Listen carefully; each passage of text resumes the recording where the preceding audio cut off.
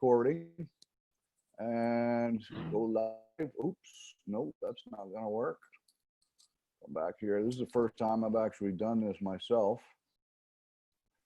Facebook. Let's see here. Page. Habilitat. All right. Let's see what's happening here. Previewing live stream. Hopefully this works. I had to get a class on how to do this. You'll have to teach me then. Let's see here. Fetching video. I think we are live now. So coming back to you. Allie, if you're watching, can you tell me if you're seeing us? So it says live preparing. Let's give it just a second.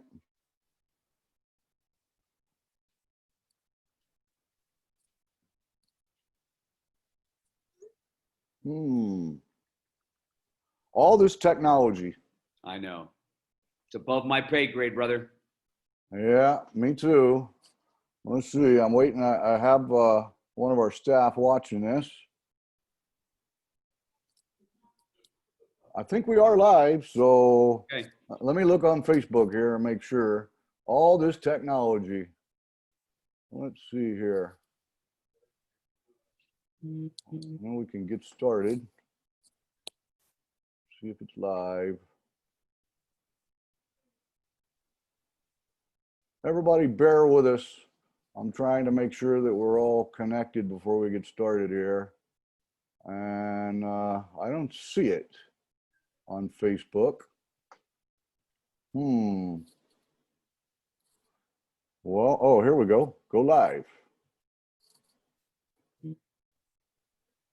Okay. Title. Add a title, I guess, here.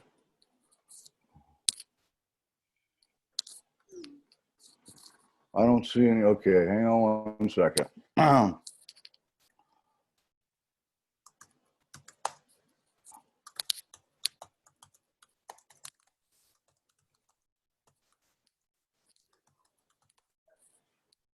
All right.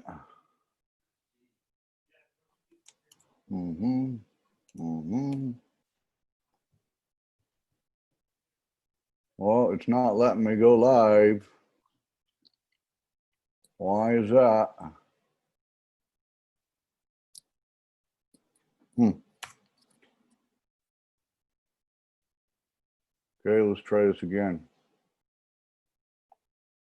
Try it again.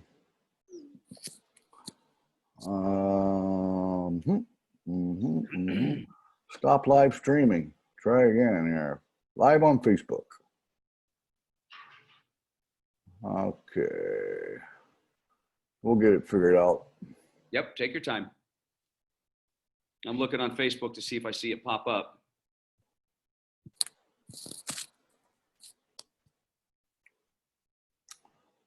I tested it the other day and it worked just fine. Okay, let's just go live. Go live anyway. Setting up your meeting for Facebook Live.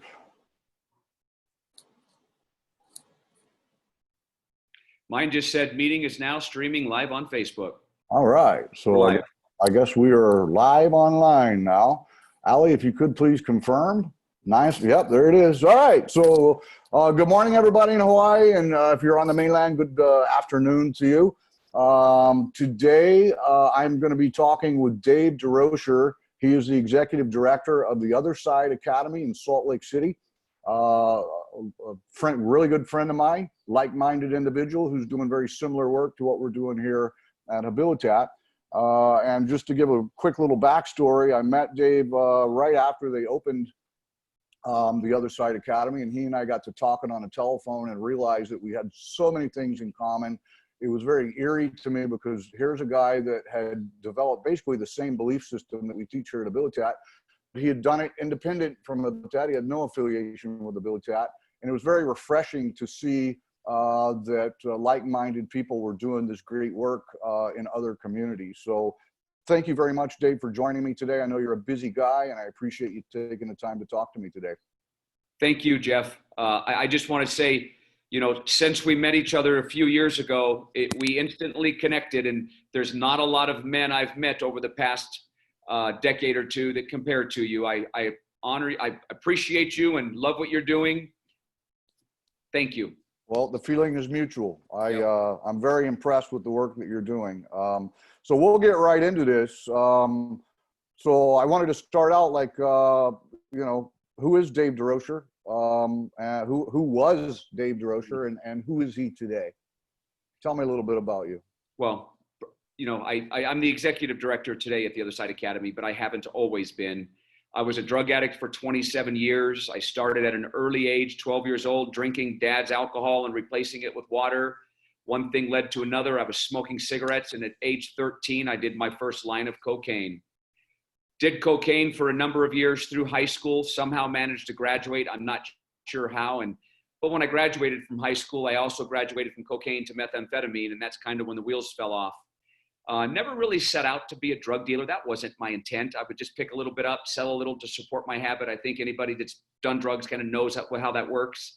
But one thing led to another, and pretty soon I started making money, and all of a sudden I became a drug dealer in Southern California. And as a result of those decisions, I started getting arrested and did a 2-year prison term, got out for 59 days, did a 5-year prison term, got out for 60 days, did a 6-year prison term, got out for 4 months, then did a 10-year prison term. So it was a 2-year term, a 5-year term, a 6-year term, a 10-year term. And all of those prison terms were for sales, transportation, loaded firearms, assaults. I ran the whole gamut. And the more time I did, and the more involved I got in the lifestyle, the more violent I became. And that's all the other charges that kind of got the years up as high as they did. After that 4th prison term, I got released. And the day I got released, I was on my way back, just like every other term. And a couple months after I was released, I was doing my thing, selling drugs. And I went to a friend's house. I was looking out the window, and there was a helicopter just hovering really high in the sky. And the helicopters are usually just floating around the city patrolling. This one just sat there for hours, just way, way in the distance. And it dawned on me, but I didn't really think it was there for me. Well, eventually I packed everything up and I left. And when I left, cops were everywhere. They didn't go inside the house. They waited for me to leave. And there was multiple agencies from Huntington Beach, Anaheim, parole, and a few others. But I had told myself early on that I'm done going to prison. If I ever get red lighted again, remember, I'd already done the 4 prison terms. I'm going back for the rest of my life. So I took them on a high-speed chase. It didn't end well, but during that chase, I was displacing cars, had complete wanton disregard for public safety. And then I was coming up to a roadblock on Atlantic and Magnolia and Huntington Beach. And I had a decision to make to either stop or go through that roadblock. And I decided, I've come this far and I don't want to go back to prison. So if they're going to shoot me, they can. And I just hunkered down, went through the roadblock, made the left-hand turn. And at that very moment, the car closest to me did the pit maneuver, spun me up on an embankment, left my car undrivable. And then they proceeded to pulling me out of the vehicle and beating me senseless. When I woke up, found myself in jail. When I went to court, I was looking at 29 years. So I essentially would have spent a large portion of my adult life in prison, and now I'm on my way back to die there. And as I fought my case, the 29 years finally came down to 22. A couple of the ancillary charges had dropped off. And then I wrote a place called Delancey Street. The judge told me, Dave, you're getting 22 years, Judge Pacheco. There's no ifs, ands, or buts. Take the deal, go to trial, you're getting 22 years. But I wrote Delancey Street a letter. They interviewed me, they accepted me. But the judge again said, there's no way, I'm not sending you to Delancey Street. You are not Delancey Street material. And, I go back to my cell, I'm completely dejected. I don't know what I'm going to do. I'm probably going back to prison forever. And then one day I decided to write him a letter, and I wrote him 4 pages front and back. And never once did I tell him he was wrong in his assessment of me, because he wasn't. But I said, Your Honor, what do you have to lose? I've been to prison 4 times already. The day I get out of prison, I'm on my way back. You send me now, I'm going to get out in 20 years, and I'm going to be back heading that way again. Send me to Delancey Street and suspend all that time over my head. And if I get kicked out or I split, you've got me for the rest of my life. What do you have to lose? Delancey Street thinks they can help me. And unbeknownst to me, when I went to court not long after that, sitting in that cage, ankle irons, waist irons, like an animal in a cage, He said, Mr. Durocher, against my better judgment, I'm going to give you the opportunity of a lifetime. I'm sending you to Delancey Street, but you're pleading guilty today to all of your charges. And when you get kicked out or you split, I've got you for the rest of your life. I said, Your Honor, where do I sign? I don't know if you've ever felt vertigo when you get really bad news unexpectedly or good news unexpectedly. That's how it felt. I was sitting in that cage going, they're letting me out of jail to go to a program. And, 12, 14 hours later, they let me out. And that's another story by itself. I almost didn't make it to Delancey Street. I was really late, but I eventually did. And it was the best decision I ever made up until coming to the Other Side Academy to launch this 5 years ago. But what I did is I went to Delancey Street for those 2 years to get out from underneath that 22-year prison sentence. But I stayed 8.5 years. The last 5 years that I was in Delancey Street, I managed the LA facility, upwards of 15 vocational training schools, 200 to 250 residents at any given time. It was hands down the best decision I ever made because I didn't leave when I could have at 2 years because I knew inherently in my belly that I wasn't ready. I needed more time. Drugs, I had realized drugs were not my problem. My decisions were my problem and I needed more time. So I stayed 8.5 years there, eventually left Delancey Street, went off, got a great job up in the oil fields in the Dakotas, and had an affair with my checkbook. But there was a hole in my heart. I mean, I don't know if, for those of you who are listening that know anything about the Bakken, guys like me can go up there and make 10, 20 grand a month. And here's a guy that's been out of the workforce since the 1980s. So I'm having an affair with my checkbook. I'm putting money in the bank going, wow, now I can kind of make some decisions because I'm financially stable. But I had a hole in my heart. I missed helping people. So came back to Southern California, and through a very serendipitous chain of events, Joseph Grenny, our founder, Tim Stay, our CEO, wanted to start a replication of Delancey Street here in Utah, found me through Charlotte Baker, who had been in Delancey Street for 38 years. They came to visit. We knew immediately the fit was right. And 5 years ago, we launched the Other Side Academy here in Salt Lake City, which is a true therapeutic community. And I can get into that probably in a little while. And right now we have almost 100 students here at our Salt Lake facility and nearly 30 at our Denver facility. Very good. So hearing what you're saying, it sounds like sending you to prison, it didn't change your mentality or your behavior. Is that a fair assumption? That's more than a fair assumption, but I want to be fair across the board. I needed to go to prison. I belonged in prison. I thrived in prison. It's like the hedonistic adaptation. I got to a point where I felt like that was home for me. This is where I belong. I was making a name for myself in prison. And I felt like, okay, every time I came out of it was a short vacation, but I needed to go back home to prison. That's where I was comfortable. Mm-hmm. So prison's not designed to help people. Right. But for people like me, with what I was doing, the best place for me, for my own safety and for public safety, was prison. Mm-hmm. However, the caveat is when somebody like me is ready and they say, I want to do something different, where do you send them? The 30-day models don't work. The 90-day models don't work.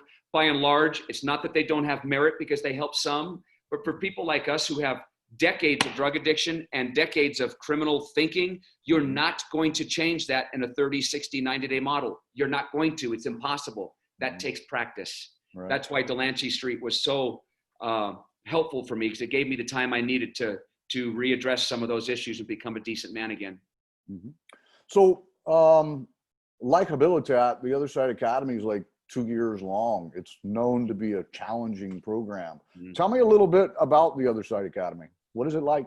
So the Other Side Academy is a 2.5-year therapeutic community. Mm-hmm. It's set up like an academy: freshman, sophomore, junior, senior. And then if you stay beyond 2 years, which about 65% of our students do, you then become a master's student. But here's where the magic happens. We're 2.5 years long and we are completely free. We don't charge anybody anything. If you walk through our front door, you take a seat on the bench and we interview you and we accept you, you start right then. We take no money from the city, the county, the state, the federal government, rich mommy and daddy, Medicaid money, insurance money, nothing. We generate all of our own revenue through our social enterprises. And this is the important part, which means the minute the person comes from jail or the minute the person walks in off the street and we interview them, the day they get there, they become part of the solution, not the problem. 80% of our students will come to us through the county jail system, pre-sentence. They'll write us a letter. We'll go to the county jail. We'll interview them if we accept them. then the LDA, prosecutor, and the judge can decide whether or not they can send them here in lieu of whatever county time they have remaining, or a very lengthy prison sentence. So those are the two ways you can come to us, but then you get to stay in a mode of living the right way for as long as you need to. Because it's true, Jeff, nobody's ready on day 30, day 60, or day 90. And if we're 2 years long, that's 730 days. Nobody's ready on day 730 either. People leave because they can, or because they have to. Those are the two other reasons why you leave. But seldom does somebody with our history, someone who's been a long-term drug addict, get the opportunity to stay in the mode of practice of living a healthy lifestyle until they know inherently in their belly that they're ready to reintegrate back into the community. Right. That's the magic of the therapeutic community, is there's no timetable. There's a minimum requirement, but if you're a strong member of this community, you're helping other people, you're growing individually, you're contributing, then you can stay until you're ready. That's where the magic comes in. Yeah, very good.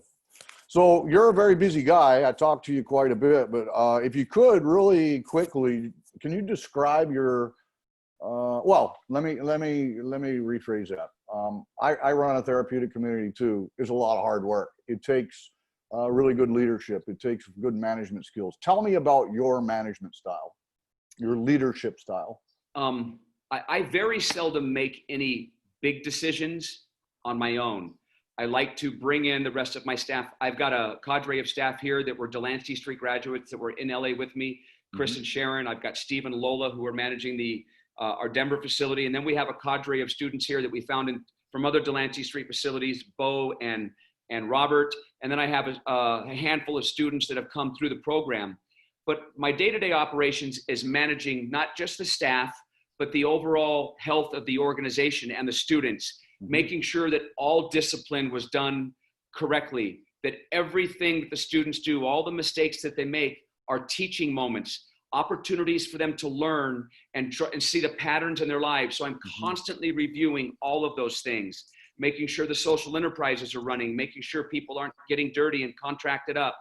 A big part of my job is community relations, forming relationships with the chiefs of police, forming relationships with the mayors, forming relationships with the governor. For instance, tonight, I'll be at the first ever gubernatorial debate televised live here in Utah with the 4 governors that are running, the Republican governors. It's a great opportunity. So a big part of my job is community relations, bringing people in, showing them what we do, letting them experience the students, experience the organization so that they understand who we are and just how important it is to have this here. So my leadership style would be probably more democratic. Of course, there's all kinds of decisions to make on a day-to-day basis that are very minor. Our job, a lot of times, is firefighters putting out fires all over the place. But any serious decisions, any programmatic decisions, any changes that are going to be made, I like to run by the rest of the staff to make sure that we are aligned with those decisions. Very good. So you kind of already covered this, but we have about 15,000 short-term programs in America. Why did you guys choose to make TOSA long-term, the 2.5-year thing? What's the point of that? The reason why we're long is because short seldom works. Let's say, for example, and I don't want to misrepresent short-term programs because they work for some, but by and large, the success rate is around 5%. Right. What other organization on the face of the planet with a 5% success rate is going to stay in business? And it stays in business because they're built around a funding model, not necessarily a helping model. And in a 30-day program, what's a guy like me going to learn in 30 days? And then on day 29, Jeff, you're my counselor. You're going to come to me and say, Dave, pack your bags. It's time for you to leave. But Jeff, I'm not ready. Dave, pack your bags. It's time for you to leave. But Jeff, I've been doing meth for the past year. I've been asleep for 2 weeks. I've been programming for 13 days. I'm not ready. I'm not going to tell you again, pack your bags. You have to leave. And they do that because they need the bed for funding. We are hurting more people than we're helping. You have to leave because the funding's run out. That's like somebody with a disease and they go, well, how much money do you have? Well, I've got $200. Here's 4 penicillin. Good luck. You don't get the help that you need in the short-term programs, long-term. Now you can go there, get clean and sober for 30 days, maybe 60, maybe 90 days, white knuckle it through it. But I got news for you. The reason why our average student has been to 6 of those programs is because they're based around short-term, come in, leave, come in, leave, come in, leave. You can't possibly change decades worth of thinking in 30 days or 60 days. Right. So we intentionally made it 2 years long. And because of coming to visit you and seeing how your students stay between 28 and 30 months, we've now changed it. We're 2 years residential, 6 months post-grad. So Okay. they've got to get through the 6 months, and we have a lot of things designed for them: financial literacy classes, lawyers to help them through child support issues, and many other things that we have for them on the back end. So they got to complete the post-grad piece also before they're considered a graduate. Very So, good. and the other thing is, truth be told, it takes time. Mm-hmm. It takes time. If you want to get clean and sober, go to a 30-day program or go to jail. You can do that. But if you don't change the way you think, you don't become a person of integrity and tell the truth and be accountable, you're going to use again. Yeah. It's really not even about getting sober as much as it is about learning to live, learning to thrive, and learning to become a successful, productive human being. Absolutely. So for us, the getting sober part, that's that's the very first part. Yeah, that's an award. That's done on day one. Right. Day one, you're sober now. Now what? Right. So how do we put your life back together? And we have we bring all the services to bear. We address, and it's not one size fits all. Some people have children. We need to address parenting. Some people have health problems. We need to address those. More and more, we see people coming in. They got hepatitis C. Well, we've had to adapt to address those issues. Yep. So it's not a quick fix. It's more of a life overhaul. And Absolutely. I think that's one of the things that I really admired coming to see your place. It's exactly the same kind of thing. Yeah. So very awesome. Let's not pull any punches. For those people who are watching right now and think that drugs are the problem, behaviors are the problem. Because I have never met a drug addict, including myself, who wasn't a liar, a cheater, a thief, a manipulator, a self-centered, self-seeking, hedonistic animal out there on the street who didn't care about anybody, including himself. Right. You show me a drug addict who's been doing drugs for 10 years and going in and out of jail and prison who doesn't have those behaviors. That's who we are. Right. So getting them clean and sober doesn't solve anything, because even if they get clean and sober, they still have those behaviors. They're going back out there to use again. Yeah. So, yeah. But you have to stay in the mode of practice of doing the right thing every day for hundreds, if not thousands of days in a row until you recalibrate your moral compass. That means you have to learn to tell the truth impeccably. Learn to tell the truth impeccably. Learn to be accountable no matter what. Hey, Jeff, I just did this. I should be able to come to you when I've done something wrong before you ever have to ask me. That's being honest and being accountable. And the sum of those two things is integrity. If you come to an organization like this and you don't learn to have integrity, then nothing else matters. Right. And if you don't have it, then nothing else matters. It's the sum of both of those. So we give the students in a therapeutic community like yours or like mine the opportunity to stay someplace long enough to learn those traits and build those skills. Right. Yep. Very good. So TOSA, the Other Side Academy, like Habilitat, you go and send your guys into the prisons, into the jails, interview people, and then you go to the judges, you get them out of jail and bring them into your program. Some people, they have issues with that. Like, they did the crime, they should do the time, whatever. But the bottom line is, why is it that you go to the jails and get people out of jail and put them through your program? Here's the thing. I can't argue with that. When people say you do the time, you do the crime, you do the time, I get it. They're absolutely right in a lot of cases. My first 4 prison terms, as I mentioned earlier, that is exactly where I belonged. And when I was there, I knew I deserved to be there, because every time I got out, I continued with the same behavior and I wanted to go back. Right. However, with the subset of that population that says, I want to do something different. You see, we don't go to jail and go to prison and just yank John Doe out without him asking.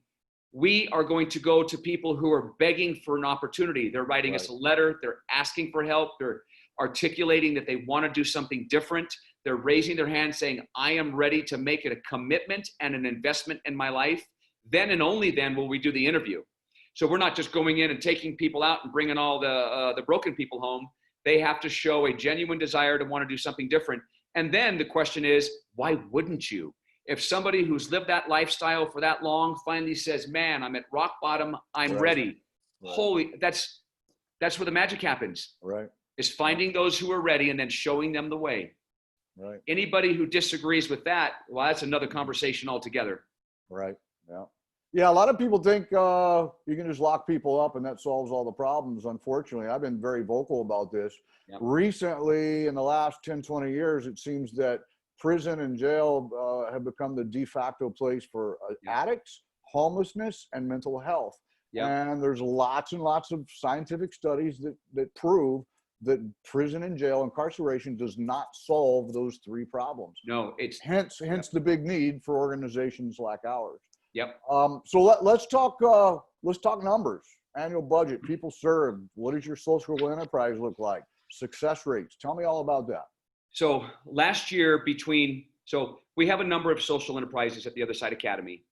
Our moving company is the #1 rated moving company in the entire state. So if you look up theothersidemovers.com, you'll go to our website.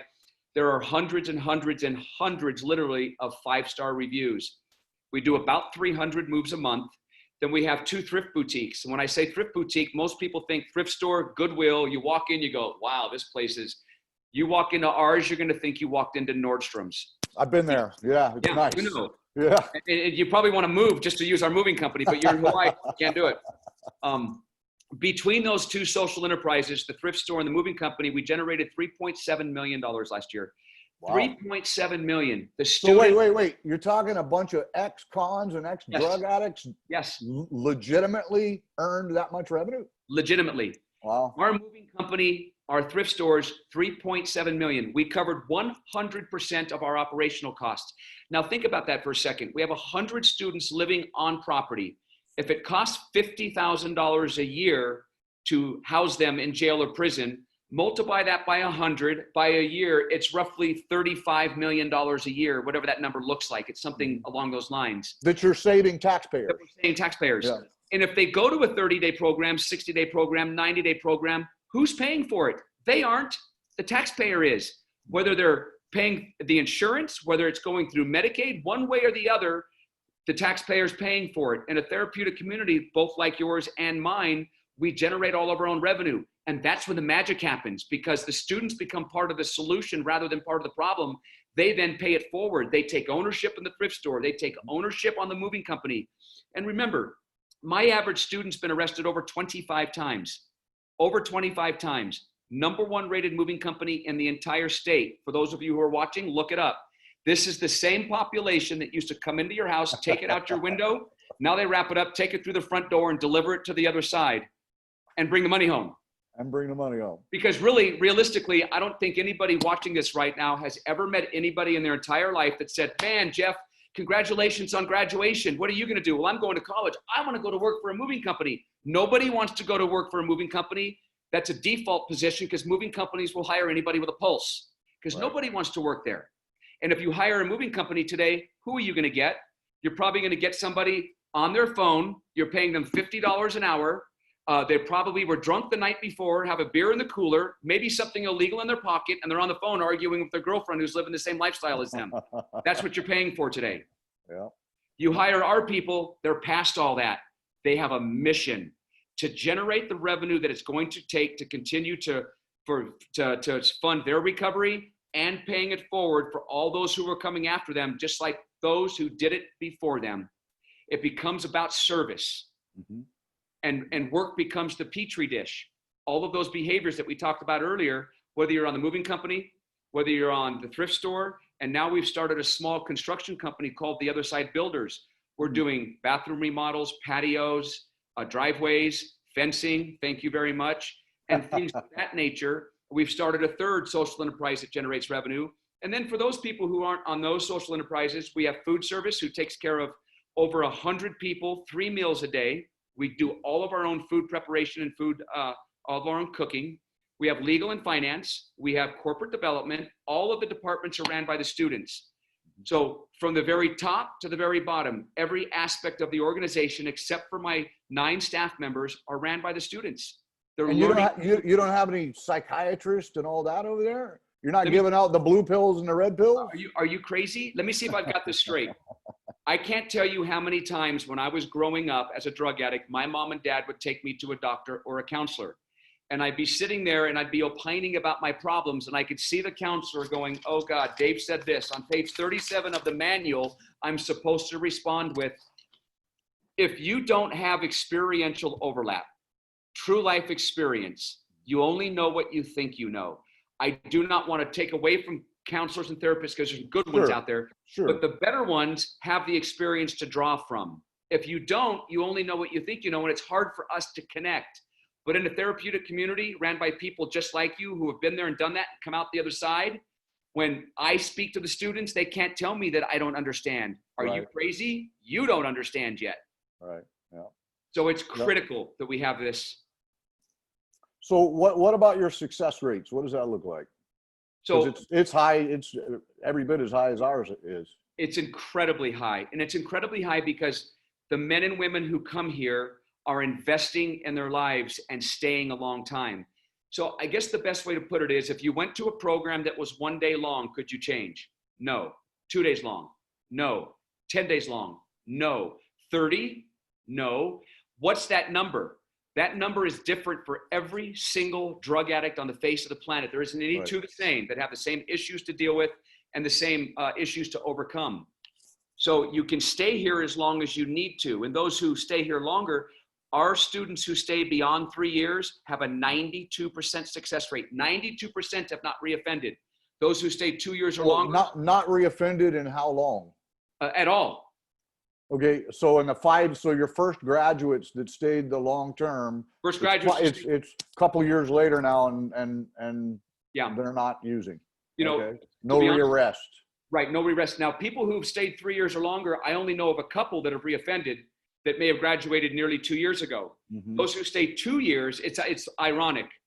It's funny how people can come and they want to leave on their date, just like it's day 30, 60, or 90, and in this case, day 730, and then go over to the graduate component. But they want to leave as soon as they can to get out from underneath the accountability and all the things that we ask of them that are going to make them a better person, because they just want to go chase the shiny objects. 75% of the students are doing exceptionally well, haven't reoffended. We only have a handful that have.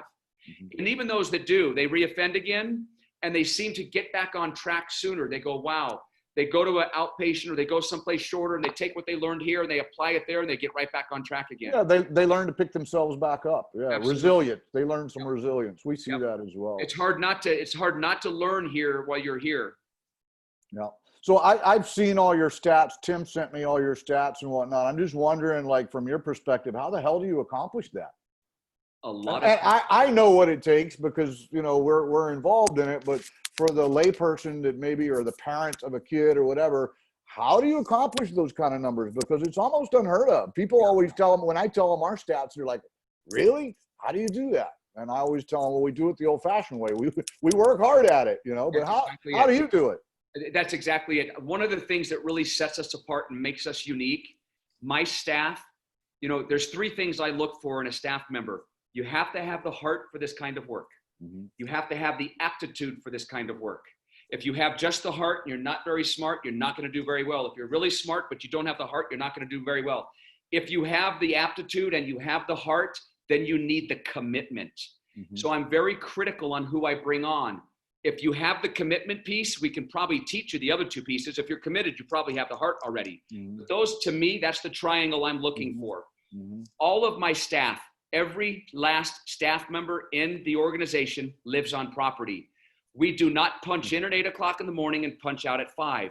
We live here with the students in the same housing that they live in. We might have our own room while they're in a dorm room, but we live here. They can come knock on our door anytime. Dave, Steve, Chris, Lola, Sharon, I need to talk. You know, they know we're as bought in as they are. That is huge for them. It was the same way in Delancey Street, and you know, we all live there. So that's a big piece. But we are committed 24/7 to being here with the students every step of the way, holding their belt loop and walking them through the entire process, not just from 9 to 5. Wow, that's quite a commitment. Real big difference. Yeah, that is quite a commitment. Yep. So, you know, we've talked before about this, but why do you think that these communities work? And you kind of already covered this, but why do you think these communities work so well with offenders? It's actually quite simple, because all we are at the Other Side Academy is a micro community getting you ready for the macro community. In the macro community, for those of you who are watching, you get up in the morning, you brush your teeth, you get dressed, you have breakfast, you go to work. You get off work, you take care of your responsibilities, pick your kids up, whatever that is, come home, cook them dinner, bathe them, homework, put them to bed, and then you're exhausted by 11 o'clock when you go to bed. So welcome to TOSA. We get up in the morning, we brush our teeth, we get dressed, we have breakfast, we have morning meeting to address any house issues. We go to work. We come home from work, we take care of all of our responsibilities. All the people that need to be talked to about their behaviors happens in the evenings. House coverage, phone coverage, GED study, TOSA talks, games, which is our therapy groups. All those things happen in the evening. Our micro community is no different than the macro community, but what we're doing is teaching our students how to live in a macro community here in this micro community. It's that simple. Get up, go to work, tell the truth, have a good attitude, go to bed. Get up, go to work, tell the truth, have a good attitude, go to bed, and do it until it becomes you. Yep. So what we're doing here isn't just therapy sessions with a counselor while you're sitting on a couch and they're taking notes while your pants are sagging, your hat's on crooked, and then you go out to have a cigarette. That's not the get down here. We are a real community under real pressures, real time, real life. That's what this is, a practice field for the real world. Yep, very good. That is why it works so well. Yep. Sense of community. Yep. I've often said that, some people think that abstinence is the opposite of addiction.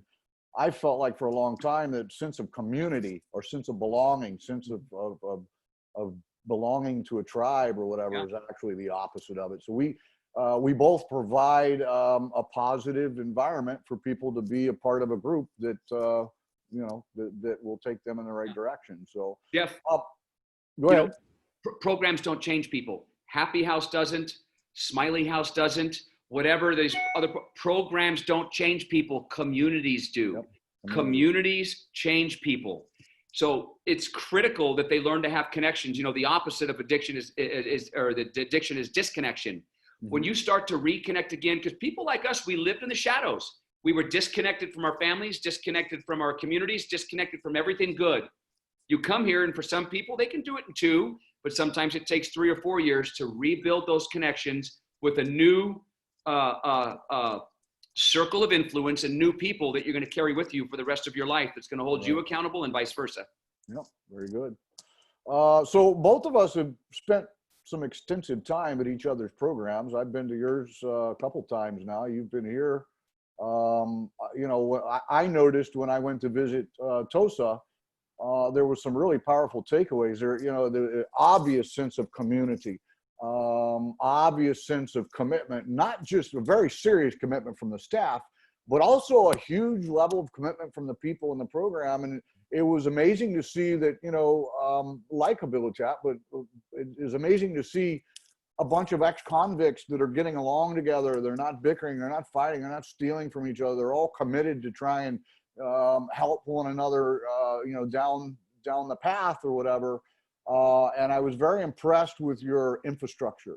I was very impressed with the methodical, it's like everybody understood the method that was going on there, and everybody treated me with respect. I was lucky enough to be invited to attend and observe one of your really powerful marathon sessions, and I was a little reluctant because I don't want to intrude on people's private stuff, but it was interesting because most of the people there welcomed me with open arms. They were very accommodating, and actually I talked with a young lady who was a participant who I spoke with after the group. And we're talking about, this is a marathon group. It goes on for 72 hours or something, day and night. It was a little less, very long group session. But one of the ladies, young ladies, came to me after and was very welcoming. But she was very honest. She said, in the beginning, I kind of felt like, well, who is this guy? And what is he doing here? But, going through it, she was very gracious, and she said, I'm glad that you attended. I'm glad that you got to experience this. And I hope that you learned something and you can take back and help some other people. And this is from somebody that's a participant in your program, not the staff or whatever. So I walked away from, the experiences that I've had there feeling validated if you will, because here in Hawaii, obviously we've been doing this for a very long time. I've been here nearly 25 years, but we've always been seen as kind of the maverick, or that crazy place in Kaneohe or whatever, that long-term program or whatever. But when I visited you and saw that it was working, and that you were using basically the exact same principles and the same attitudes and whatever, it really validated my commitment here and empowered me. It empowered me to think, okay, to hell with the naysayers. We are doing the right thing. We are, and I knew that inherently, but when you hear that stuff all the time, sometimes it makes you start to question things. But after visiting you guys, it really empowered me. And, I learned a lot of things. I brought some things back that we've instituted here, some other things that we're in the process of borrowing from you. But it was just very refreshing to be able to have somebody in the same, in the same zone that, and I call you periodically to consult with you about things. Hey, what would you do if this happened? And what's your opinion on that? And it's just really good and really powerful to have other organizations. It seems like that there's maybe a slight resurgence of this model taking place. What was it, a couple of years ago, you guys held the therapeutic community, what did you guys call it again? The summit. Yeah, the summit for therapeutic communities. And there was, I don't know, 50 people from different programs there. And it was very enlightening, very inspiring. Yeah, people from all over the world. And to be honest with you, I didn't know, we're kind of isolated in a silo out here in Hawaii. We're thousands of miles away, but it was very, very encouraging to see that the model is seeing a resurgence, and that people are finally, I got to have some discussions with your founder, Joseph, and even Tim, your executive, your CEO, about why did they decide, they're squares, so they're not ex-addicts, but they saw the need and they recognized that there's got to be a better way to do this, and they chose this model. And then they went and scouted you out and found somebody. And I mean, let's face it, there's a handful of people with the experience that you and I have to run these kind of things. And, it takes a while to learn this, but it was just very, very encouraging to see the resurgence of this model. Yeah. So, I could go on and on, but if you could give me let everybody know, you came to Habilitat, Joseph came here, Tim came here, a couple of other people came here. What did you take away from the experience? What did you gain from that experience? Well, I'll digress a bit. What we agreed to do, especially with Tim and Joseph, because they're just masters at this. They might not have the background we do to manage the drug addict part of it, and what we do, or you and I do inherently, because it is us. They're really good at a lot of things that I had no idea about. And we've gone all over the world. San Patriano in Italy, Trosa in North Carolina, we've been to countless times, therapeutic community. Red Barn down the street from us now, it's like the little brother to Tosa. They've been around for a couple of years now. And that's just to name a few. We've been to countless others throughout the country. We even went to Thailand and Bangkok and spoke at the World Federation of Therapeutic Communities. What we want to do is learn. Mm-hmm. And what we've done is we've brought all these therapeutic communities, just like you and I have met, and others, and now we talk about best practices, mm-hmm. What's working, what isn't. So with that being said, some things that I really loved about Habilitat, besides you and your leadership, is what I learned there was a couple of things. You guys have a very unique way of administering your discipline. Some of which I don't do necessarily, but some of which I do.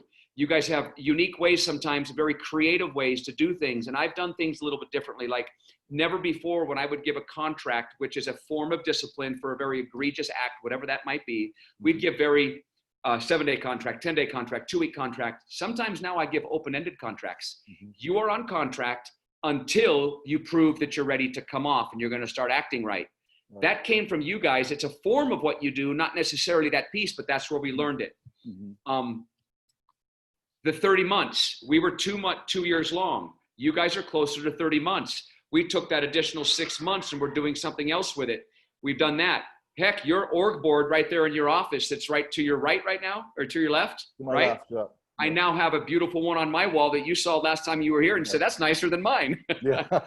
So there's a number, and this makes a huge difference when we have visitors come, because they can look at that and go, there's the organization. Yeah, the visual, yeah. So there's lots of things, from just something as simple as an org board to how we deal with the students when they've done something wrong, discipline-wise, or just building the culture. There's many things that we learned.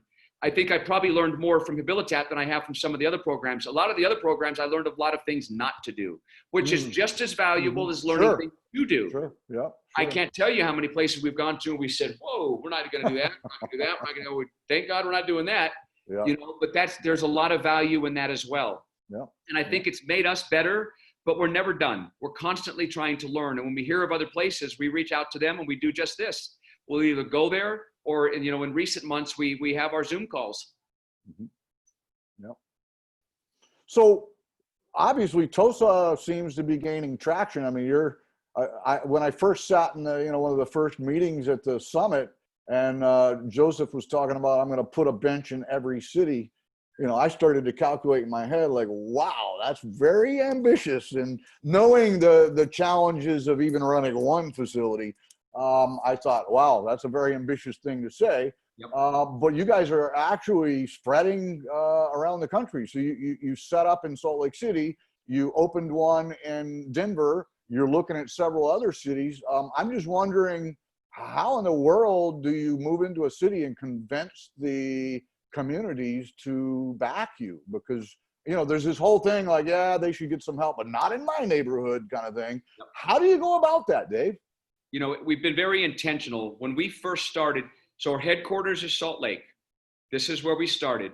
A year ago, May, we sent a cadre of staff, Lola Strong, Steve Strong, which were the two, Lola was the managing director, and a cadre of older students to start our second facility in Denver. And what happened was there was a leadership exchange group that came out from Denver, about 100 people deep. Mayor Hancock was one of them, former Governor Hickenlooper, and many other influential members of the community came. And about half of them came here to TOSA to see it, and they fell in love with what they saw. We literally went back to the Capitol, had lunch at the Rotunda. Mayor Hancock got up and said, I want this in Denver, but the government can't do it. Who in this room is going to champion the effort? 20 people got up, and inside of 2 years, we raised the money. The community invited us there. Now we have a lot of other cities. Tim and I, our CEO, and Joseph were just on the phone this morning with San Diego. We think we have found a property there, and we're working through those machinations.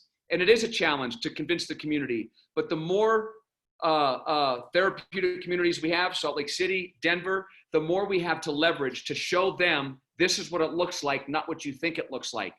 And we invite them here, and once they come here, once they see this, they want it. So we're in the process of doing that. But when we started in Salt Lake City, the neighbors didn't know who we were. We bought the mansion and the apartment complex next door. It was me and a couple staff members. Then we had a couple students. It snowed really hard in October of 2015, and we were out there shoveling people's snow at our neighbors' assisted living center next door. Assisted living center, large assisted living centers across the street, pushing the cars out of the intersection, helping the trucks unload the food in the middle of the street in the snow into the assisted living centers. And finally they said, who are you guys? We told them who we were. And they're like, who? And then slowly but surely, we cleaned up the entire neighborhood. All the drug addicts that were camping out in the bushes and the back properties, we cleaned out the entire neighborhood. Now we're the crown jewel. We won them over with our behaviors. With service. You provided service, yeah. We do countless service projects around the city. We moved police departments for free. I want to reiterate that. We've moved 2 police departments. We did both of them pro bono. And in one case in Utah County last year, when Mike Smith, the sheriff, agreed to let us move, we said, we're going to do it for free. And I sent guys from Utah County that had been arrested in that police department to do the move. We're different people when we're no longer using, when we've changed. And it was their commitment to us, and it was us to them. So we win the community over by being part of the community. Not just being a drug program with a fence around it unto ourselves. We want our students to understand that for a long time you lived apart from. Now you're going to learn to live a part of. Very good. Just a quick story. 2 weeks ago Saturday, we've had a lot of, you may have seen the post on Facebook. Yep. We've had a lot of riots here in Salt Lake City too. And the Masonic Temple is right next door to us. It's a very large parking lot adjacent to our property. That was Command Center. That was Salt Lake City Police, West Valley Police, Jordan, Ogden, Utah County, the sheriffs, you name it, they were there. National Guard, Bomb Squad, FBI. And the mayor, our mayor, Mendenhall, called me on a Saturday night at 6 o'clock, and she says, Dave, I'm sorry to be calling you on a Saturday night, but would you be willing to walk next door with your students and just thank them for their service? And for those of you who don't know me, I love law enforcement. In spite of my criminal history, I have a soft spot for law enforcement because 99% of them are good. There are bad people in every organization across the planet. There are bad actors everywhere. But by and large, I understand what they're up against every day because they were up against me at one point. Yeah. They got a tough job. Friends. Yeah. The chiefs of police I'm friends with. We are, as an organization, the Utah Highway Patrol, the UTA police, they come here and eat lunch with our students, eat dinner with our students, and we're bridging a gap, a large gap that was there for a long time. And the police's paradigm changes. The students' paradigm changes. They start to look at each other differently, and the students start to realize that the police are human beings that get up every day and go to work, and they don't know if they're coming home. Right. And Nor do their families. Yes, to their families. Yeah. And the police sit there with the students, and I interrupt them in the middle of the meal, and I say, when was the last time you sat down with this population and broke bread? And you can see the tears flowing. And everybody's mind shifts are changing. People are starting to see each other differently. And that's what we need today.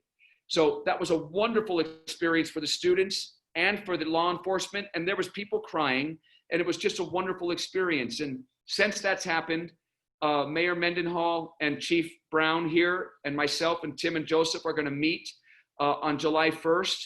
And we're going to talk to them about the principles that we teach here at the Other Side Academy. 200% accountability.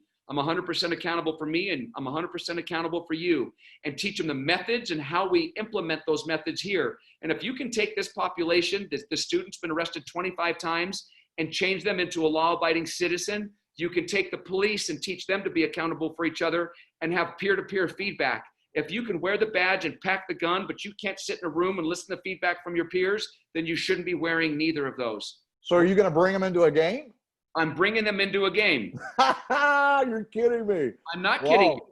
I've got Chief Ross now and the former Chief of Police, Chris, who have committed to coming to a game. I just haven't set the date yet. So they can sit here and see what peer-to-peer feedback looks like. Yeah. Because until they get peer-to-peer feedback, the culture is not going to change.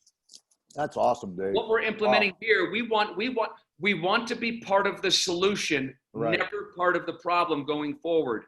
Yeah. Yeah. So that's a perfect lead in to what I was going to ask next. From your perspective, your experience on both sides of the fence with this issue, how do we reduce recidivism? Recidivism is a big topic right now. We're about our police chief was indicted by the FBI and found guilty. One of our deputy prosecutors, his wife actually, all kind of corruption going on, and there's been a trend in Hawaii, just lock everybody up. And we're about to have a prosecutor's election starting in August. And there's a lot of talk about, well, how do we revamp the system? How do we reduce recidivism? From your perspective, what, as a community, as a society, what can we do we're wasting money sending a lot of these people to jail. Not to say that some of them don't deserve to be there, and we have to protect the community. I'm not saying we should just do away with it. But there's, the vast majority of people in prison because of drug problems and the crimes that are associated with it. How do we reduce that recidivism, Dave? We talk about the problems with the police there in Hawaii and all the corruption. We have a moral issue in this country. We have a really bad moral issue. It doesn't matter whether it's the drug addicts or whether it's law enforcement or whether it's the clergy or whether it's teachers. Across the board, we have these issues. But what we need to do is understand that there are methods that work. What you're doing there in Hawaii works. What we're doing here works. We need them to help, fund programs like this so we can start other therapeutic communities that aren't funding based, that aren't time based, that allow profit based. Profit based. They need to support these because they're data driven. We've got the proof that they work, hands Right. down. Right. Far better than your conventional programs. We need more of this. And we need to get into the jails and get into the prisons and talk to the inmates and offer these options to them, because many of them don't even know they exist. Exactly. They know the 30, 60, 90-day models work. The judges know that. They've sent these guys to them a dozen times already, and it's not working for them. They need something long-term that actually works. So we need to spread this model far and wide. And you know, corporate America is a perfect example. If Harvey Weinstein, if somebody would have said something years ago as they were marching these young girls up to his hotel room, do you know how many people knew that was happening? Right. Nobody said anything because they're what I refer to as contracted up. They're holding each other's secrets. Right. If anybody would have said something, countless young girls' lives would have been saved. If somebody would have said something when Wells Fargo was opening up millions of fictitious accounts for their own financial benefit, millions of dollars would have been saved. If somebody would have said something before Tom Brady was letting the ball air out of the football, God knows how the game would have ended up. But people don't want to say anything. People are afraid to say something. We have a lack of accountability in this culture. Nobody wants to call each other on their behavior. That absolutely has to change. Right. Yeah, I agree. So you mentioned about supporting. How would somebody in your community, how do they support TOSA? I mean, you know, the obvious thing is, and I tell people this, support us by utilizing our services.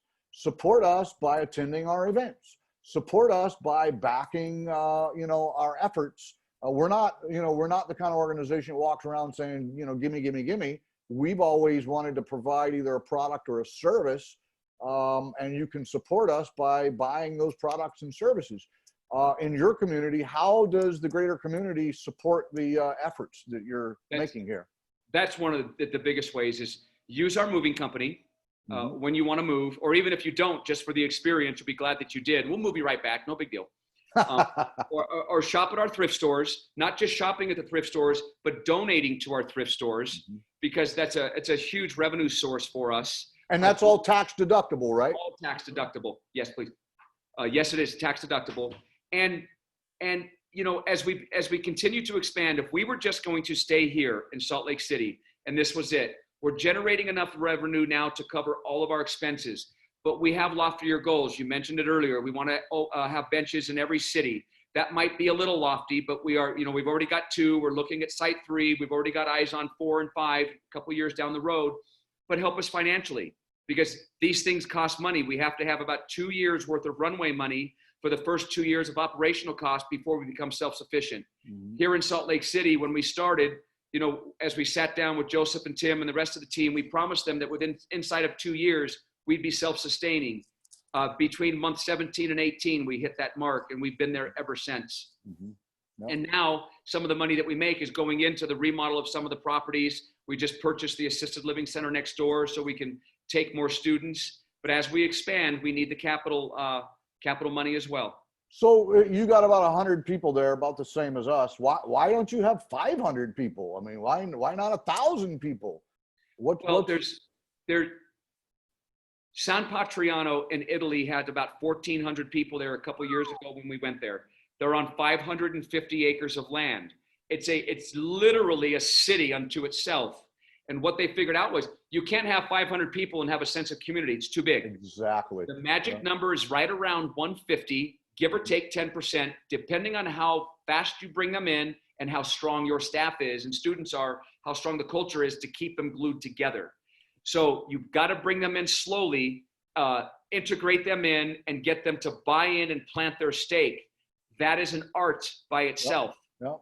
And that's another interesting point, is that we arrived at the same conclusion, completely independent of one another, and we arrived at exactly the same number, the exact same philosophy, completely independent of one another. And I guess that's through our experience or whatever. At Habilitat, at one point, there was like 200 and something people here.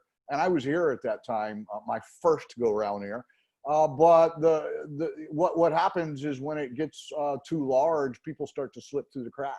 Yeah, that's people don't get the individualized attention. People, you know, it just the treatment isn't. It starts to lose its effectiveness with certain individuals. Absolutely. So we, like you, we have limited. We're licensed for 150. Here in Hawaii, we actually have to have a license to operate. We couldn't do the academy thing here. We have to have a special treatment license, which is fine. We comply with all that. But we keep it about 120, something like that, up to 150, but it's a manageable amount of people. Same as you, they have to be integrated in. Recently, during this COVID thing, there was some talk about they released a bunch of prisoners because of COVID.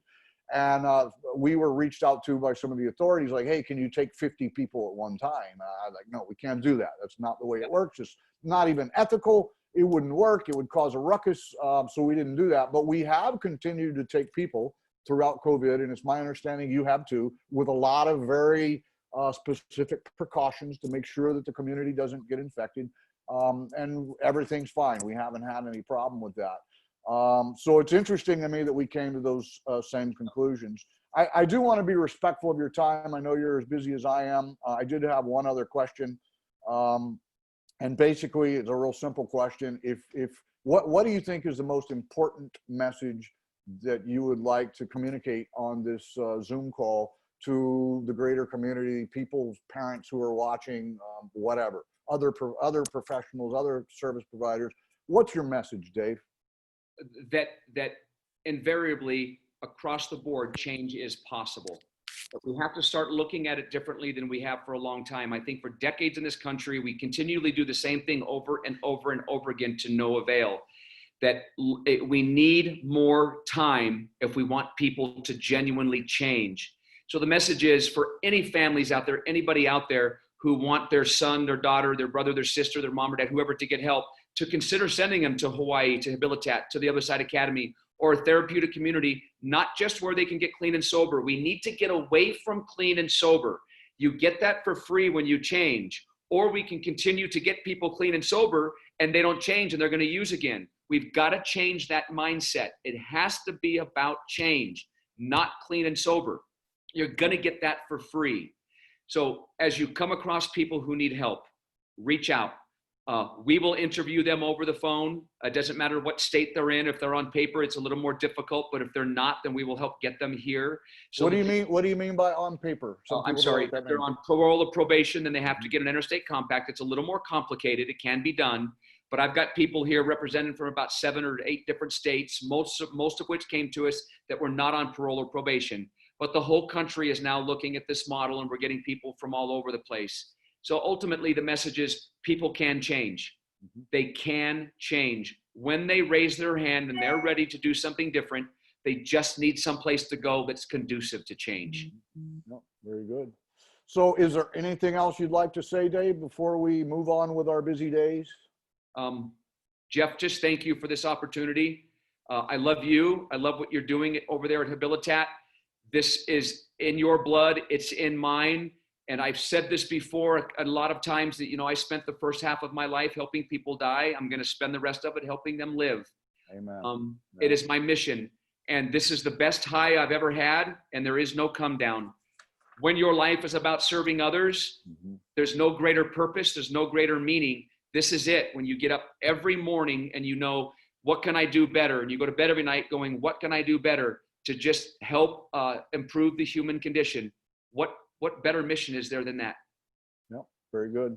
Well, and likewise, I love you. I respect you very deeply and your whole team over there. It's amazing work that you're doing. I don't say this very often, but if I had a kid, if they wouldn't come to Habilitat, I would definitely, had a kid with drug issues, I would definitely send them to you. I trust you. I've seen what you do. It's amazing what you guys are doing over there. And I'm looking forward to a very long and prosperous relationship with us, Habilitat and the Other Side Academy. So Dave, thank you very much. If anybody wants to reach out to Dave, you can find them on Facebook. They are based in Salt Lake City, Utah, right downtown. They got a beautiful facility, a very dedicated group of staff, and a wonderful program. So if you or someone you need, someone you know needs help, reach out to Habilitat. If you can't come here, reach out to the Other Side Academy. I have no qualms about recognizing and referring people. I have referred people to TOSA. And having said that, Dave, I appreciate your time today. Thank you for your powerful message. We will be in touch soon. I'm hoping that all this mess is cleared up so that I can be there for your special day. Is it still on for August? Still August 29th. I'm going to do everything I can do to be there, man. So congratulations. Well, if you don't come, we're not going to do it. So you're obligated now. Well, if it's physically possible, I will be there. And I think it is. Are they allowing travel to? Yes. So they are here too, but it's still like a 14-day quarantine. So, yeah. But okay. So I'm planning on it, and please give my love to everybody else over there, and we'll talk again soon, my friend. Thank you, Jeff. All We'll right. see you soon. Aloha. We'll see Yep. you. Bye-bye. Bye-bye.